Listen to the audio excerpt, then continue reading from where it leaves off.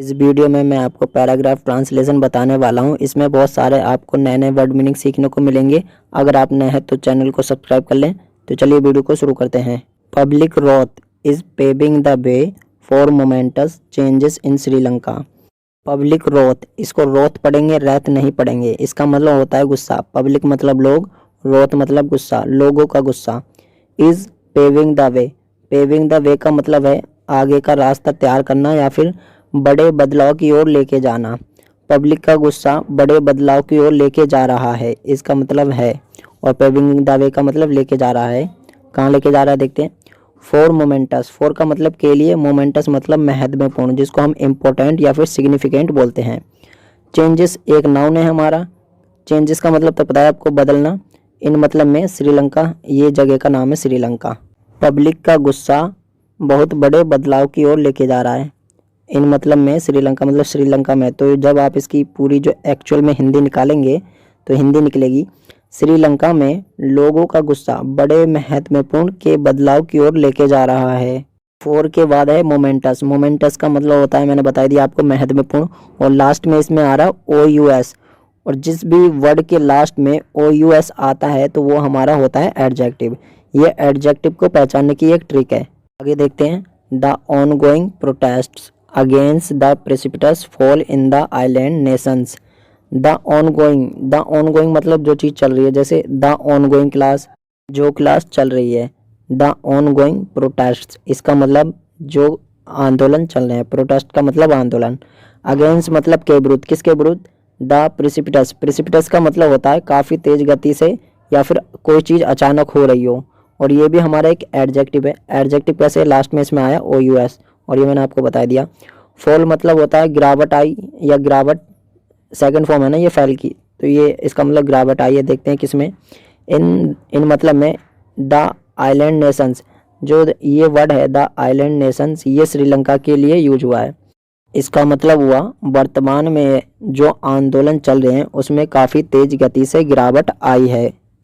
आगे देखते हैं। Economic fortunes have reached a crescendo. Economic fortunes, इसका मतलब होता है आर्थिक हालात। हैव रीच्ड पहुंच चुके हैं। एक आर्टिकल की तरह यूज हुआ है, और क्रिसेंडो हमारा है नाउन, और नाउन से पहले हमेशा आर्टिकल का यूज होता है। क्रिसेंडो इसका मतलब होता है शिखर या फिर ऊंचाई पर। तो आर्थिक जो हालात हैं वो कहाँ पहुंच चुके हैं, ऊंचाई पर पहुंच चुके हैं, यानी कि शिखर पर पहुंच चुके हैं।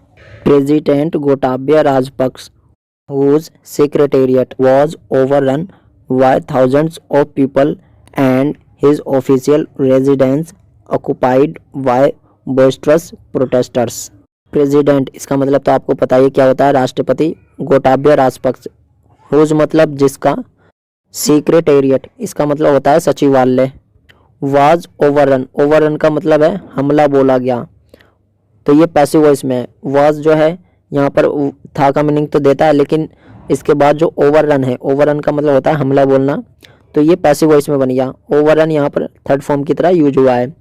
किनके द्वारा, वाई थाउजेंड्स ऑफ पीपल। अब आप ये सोचेंगे थाउजेंड में एस क्यों लगाया। थाउजेंड में एस तो हमने कभी देखा ही नहीं। थाउजेंड में एस लगता है लेकिन एक कंडीशन पे, और वो कंडीशन है जब हमें लोगों की संख्या हजार में बतानी हो, और लेकिन हमें नहीं पता कि वो कितने हजार हैं।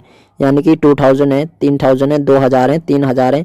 अगर ये यहाँ पर होता 3000 यानी कि 3000, तो एस नहीं आता। इसका मतलब यहाँ पर हमें कंफर्म नहीं है कितने हजार थे या कितने हजार हैं, इसलिए यहाँ पर एस लगा।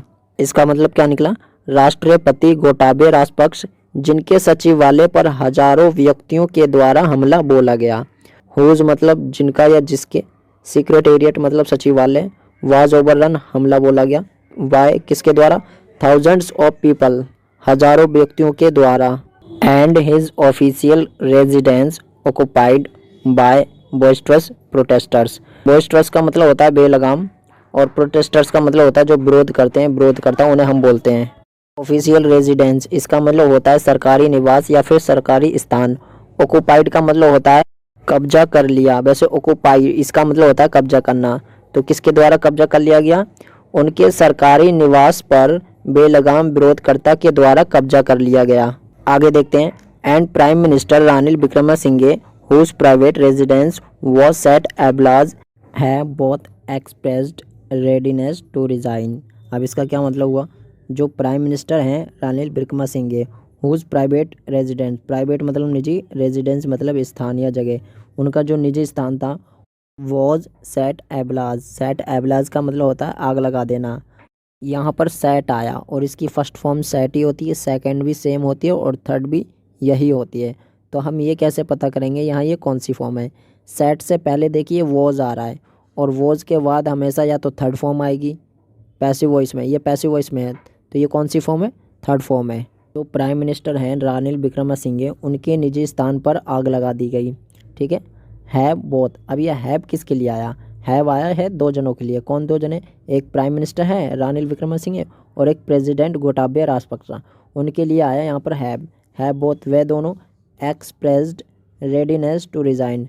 एक्सप्रेस्ड रेडीनेस, एक्सप्रेस्ड का मतलब है जताई, रेडीनेस का मतलब इच्छा, उन्होंने इच्छा जताई, टू रिज़ाइन देने के लिए, मतलब इस्तीफ़ा देने के लिए उन दोनों ने इच्छा जताई। उन्होंने सोचा अब नौकरी नहीं करेंगे क्योंकि पब्लिक उन्हें मार देती, उनकी निजी स्थान जो थे प्राइवेट स्थान उनमें आग लगवा दी गई थी। फिर उन दोनों ने अपनी नौकरी छोड़ने की इच्छा जताई, यानी कि उन्होंने इस्तीफ़ा देने के बारे में सोचा। उन्होंने कहा कि अब नौकरी छोड़ दो। क्यों छोड़ दो, लोग मार डालेंगे उन्हें। एक बार दोबारा बता रहा हूँ, and prime minister Ranil Wickremesinghe whose private residence was at ablaze have both expressed readiness to resign. वे दोनों ने इच्छा जताई, किस लिए, इस्तीफ़ा देने के लिए। उन दोनों ने क्या सोचा, अब हमसे इस्तीफ़ा ले लो, हम नौकरी नहीं करेंगे। तो ये छोटा सा पैराग्राफ आपके लिए था। आई होप आपको इसमें बहुत सारे वर्ड मीनिंग सीखने के लिए मिले होंगे। अगर आप चाहते हैं कि मैं ऐसी ही और वीडियो आपके लिए लाता रहूँ, मतलब पैराग्राफ ट्रांसलेशन या पैराग्राफ स्टोरी या आर्टिकल कुछ भी वो इंग्लिश में लाऊं और इसकी मैं हिंदी बताऊं, तो आप कमेंट में लिख के बता सकते हैं, तभी इसको आगे कंटिन्यू करेंगे। कभी कभार इस पर वीडियो आ जाएंगी, अगर आप नहीं लिखेंगे तो इसको मैं दोबारा नहीं बनाऊंगा। अगर आपका डाउट इंग्लिश में किसी भी टॉपिक से रिलेटेड है तो भी आप कमेंट में लिख के पूछ सकते हैं, मैं उसका रिप्लाई दे दूँगा। तो मिलते हैं नेक्स्ट वीडियो में अच्छे टॉपिक के साथ। Thanks for watching this video.